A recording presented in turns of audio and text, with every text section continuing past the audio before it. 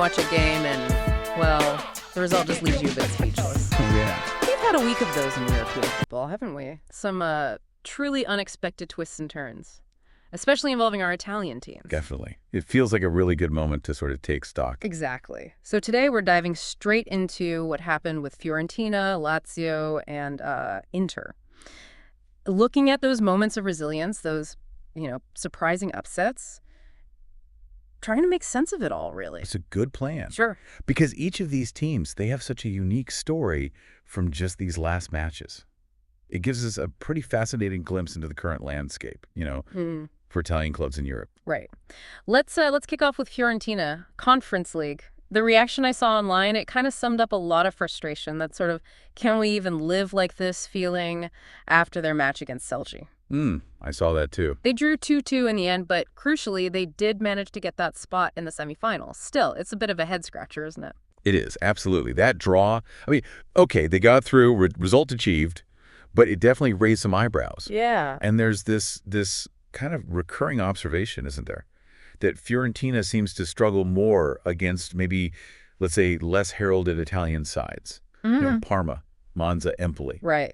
Compared to when they face the big guns like Inter or Juventus. Exactly. It makes you wonder, doesn't it, about the tactics. Maybe these smaller, more compact defensive teams, they present a different kind of challenge, something Fiorentina hasn't quite figured out how to consistently beat. That makes sense. And what was interesting, or maybe worrying about the Celje game was, well, there weren't really any excuses, were there? No key players missing, like in that previous match we talked about. No, not that we heard. Seemed like a full-strength squad, more or less. Yet, there they were, in another tight spot.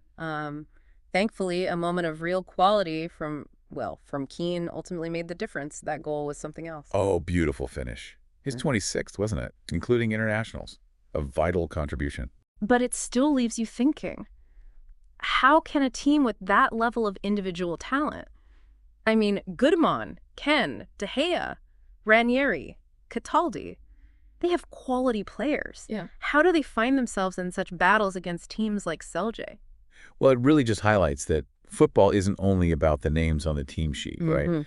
It's about, cohesion, tactical execution, maybe even mentality on the day. Yeah. And we saw that pattern again in the Celje game, didn't we? That sort of sluggish start. Conceding those goals. Matko running right through the middle for one, then Nemanja from the corner. A real blackout period. Exactly. A lull in their play. And then they need that moment of brilliance, like Kean's goal, to sort of pull them back from the brink. And they even had 2 goals disallowed, Ranieri and Kean again. Right. Which just shows how fine the margins were. The whole story could have been very different. So now they face Real Betis in the semis, and people are saying Betis are, pretty strong contenders, maybe even tougher than Chelsea, some were suggesting. Yeah, that's the chat. It definitely feels like a step up in competition is coming their way. A proper test. Okay, let's shift gears. Lazio. Europa League exit against Bodø/Glimt. Wow. The descriptions I read, a horror story, a popular tragedy. It really paints a picture of just how devastating that felt. Oh, absolutely. You could feel the hope at the Stadio Olimpico beforehand, couldn't you? Yeah. 55,000 fans. Everyone expecting them to overturn that 2-goal deficit from the first leg. And they started so well. That Castellanos backheel goal, lovely assist from Isaac, that must have sent a surge of belief through the place. It really did. Early goal, exactly what they needed. And then when Boulaye Dia made it 3-0, assisted by Guendouzi, you thought, okay, they've done it. Commanding position. You could almost feel the relief, couldn't you? Like the momentum had completely swung their way. Totally. But then, football happens. That late goal for Bodø/Glimt. Elmerson, was it? 91st minute. Right at the death. Changed everything. Just gave Bodø/Glimt that lifeline back into it and set up, penalties. And what a penalty shootout it was. Dramatic, yes, but ultimately disastrous for Lazio. Missing 3 penalties. Oof. That's always tough to swallow, isn't it? Especially when the stakes are so high. Dia, Guendouzi couldn't convert. Yeah, and credit to Bodø/Glimt, obviously. Scoring 3 themselves. Historic for them. First Norwegian team ever in a European semifinal. It just underlines how unpredictable, how brutal penalties can be. What really jumped out afterwards, though, was the criticism about the penalty takers chosen by the coach. Yeah. There's definitely some talk about that. We heard Castellanos, who apparently finished the game with cramps. Noslin, who had apparently taken 1 penalty in his career and missed it. Chauna, 0 career penalties. Right. Choosing them ahead of others. It makes you wonder, doesn't it, about the thinking behind those calls in that kind of pressure cooker. It certainly raises questions, Yeah. about the psychology of it all. The trust the coach puts in different players under extreme pressure. Yeah, when you think about players maybe not chosen, like Romagnoli, who scored that big penalty against Lazio in the past, or Vicino, more experienced, maybe even Villa. Exactly. It makes you reflect. Yeah. Could different choices have led to a different outcome?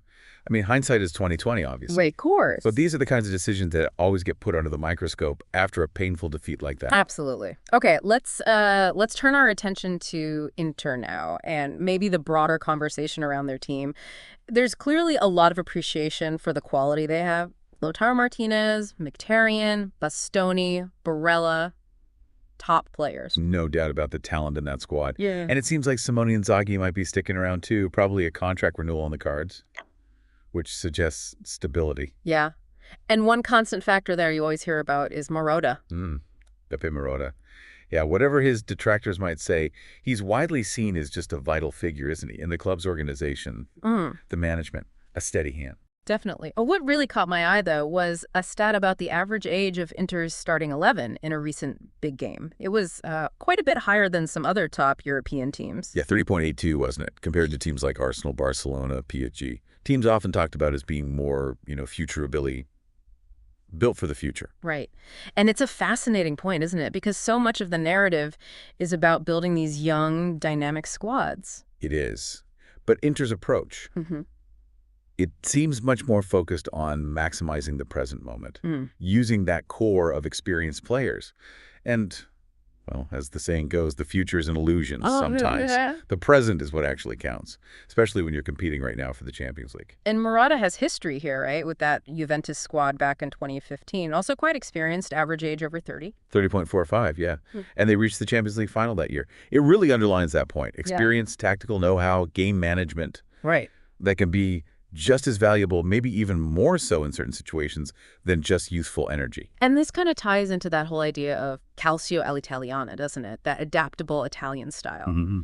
It's not about being wedded to one single philosophy, is it? It's about being able to adjust, to be, what was the phrase? Martello e incudine, hammer and anvil. Exactly. Being able to be the aggressor, like winning 3-0 away at Klopp's Dortmund back then with Juve, but also being able to dig in, be resilient, defend stoutly, like that 1-0 win in Monaco, grinding it out. We've seen Inter do both, haven't we? Win convincingly on the road, but also know how to just shut up shop and get a result when needed. Precisely. And, while some Inter fans might even balk at the term calcio all'italiana, maybe seeing it as old-fashioned, Yeah. I think it should actually be seen as a compliment. It speaks to that pragmatism, that tactical flexibility, finding a way to win, a style that's maybe hard for opponents to classify, hard to predict. That's a good way of putting it.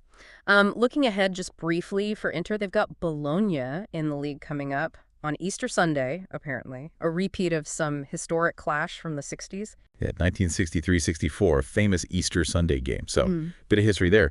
But the big question now is how Inter manage their resources, right? Yeah. After that big European effort. Physically and mentally. Exactly. Well, we see some rotation, especially against a Bologna team that historically has caused them problems. They'll need to be smart. Definitely something to watch. So, okay, let's recap quickly. We've seen Fiorentina, navigate a pretty bumpy road, but they're through to the semis. Yep, job done eventually. Lazio suffer that really dramatic, painful exit via penalties. Heartbreak for them. And Inter continuing to lean on that experienced squad, that adaptable style, getting results. Which brings us, I suppose, to a broader question for everyone listening, maybe. Go on. Considering these really quite different experiences, these contrasting fortunes of the Italian teams in Europe just this past week, what does it actually tell us about the current state, maybe the future direction of Italian club football? That's a great question. Is the emphasis on immediate results, like we see perhaps with Inter's experienced squad, the right path? Or should there be a greater focus maybe on longer-term development, building for the future? Yeah, it's that constant balancing act, isn't it? Present success versus future potential. And maybe there's no single right answer. Probably not. It really makes you consider the different pressures these clubs face, the different expectations, the strategies they're employing. These European campaigns, the highs, the lows, they're definitely going to shape the stories around these teams as the rest of the season unfolds. No doubt about it. Plenty more twists and turns to come, I'm sure.